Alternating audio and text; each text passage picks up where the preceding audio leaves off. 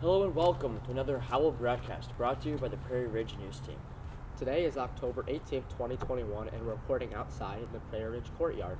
I'm Dimitri Vuyadinov. And I'm Grant Preves. Let's get right into the news! Are you a math whiz? Do you want to share a mathematical genius with the world? If so, Math Team is just the group for you. The first informational meeting will be held this Wednesday, the 20th, at N106 after school. Any questions? Email Mrs. Body at jbody@d155.org. Do you love the arts? Do you want to tell a meaningful, mellifluous story that is bigger than yourself? If so, consider joining the musical. The school musical this year is entitled Into the Woods, a fantastical and moralistic tale set around the fairy tale characters of old. Cast, crew, and orchestra members are needed. No matter what your talents are, musical has a place for you. Auditions are October 26th. Email the director, Mr. Jensen, at djensen@d155.org for more information.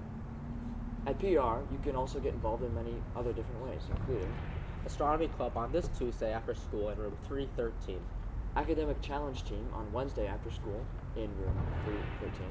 Wrestling coaches will meet interested students Wednesday, October 20th at 6:30 p.m. in room N106. Dance Team tryouts are Monday, October 25th. Are you going to go out for dance team? I was thinking about it. Yeah, I'm more so for cheerleading, but I'm sure you'll be great at dance. Speaking of cheerleading tryouts on Tuesday, October 26th after school. And Diversity Club on Tuesday, October 26th before school at 6:45 a.m. Now on to some Chicago sports news. The White Sox suffered an embarrassing defeat last Tuesday to the Houston Astros, losing 10-1 in their chance of advancing into the playoffs. The Sox lost the series 3-1 and were outscored by the Astros 31-18 runs.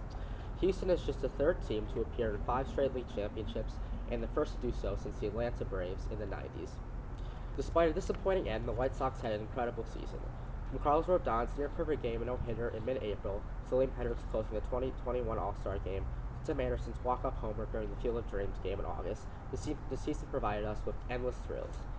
Chicago finished the season with a 93-69 record, scoring 4.91 runs a game and earning a positive 160-run differential. They had the best record in the American League Central, the third best record in the American League, the best home record in the American League, and the sixth best record in all of Major League Baseball.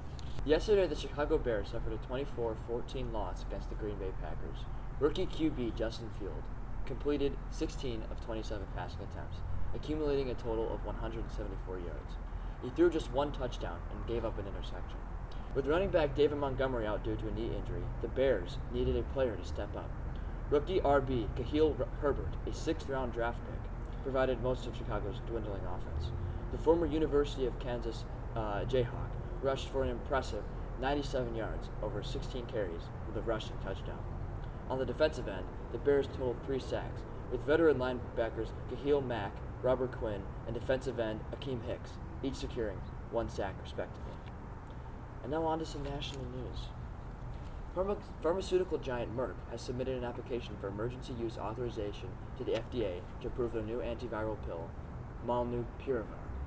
This pill has the potential to reduce deaths and hospitalizations if taken by patients early on in their fight against COVID-19, according to the company's clinical data.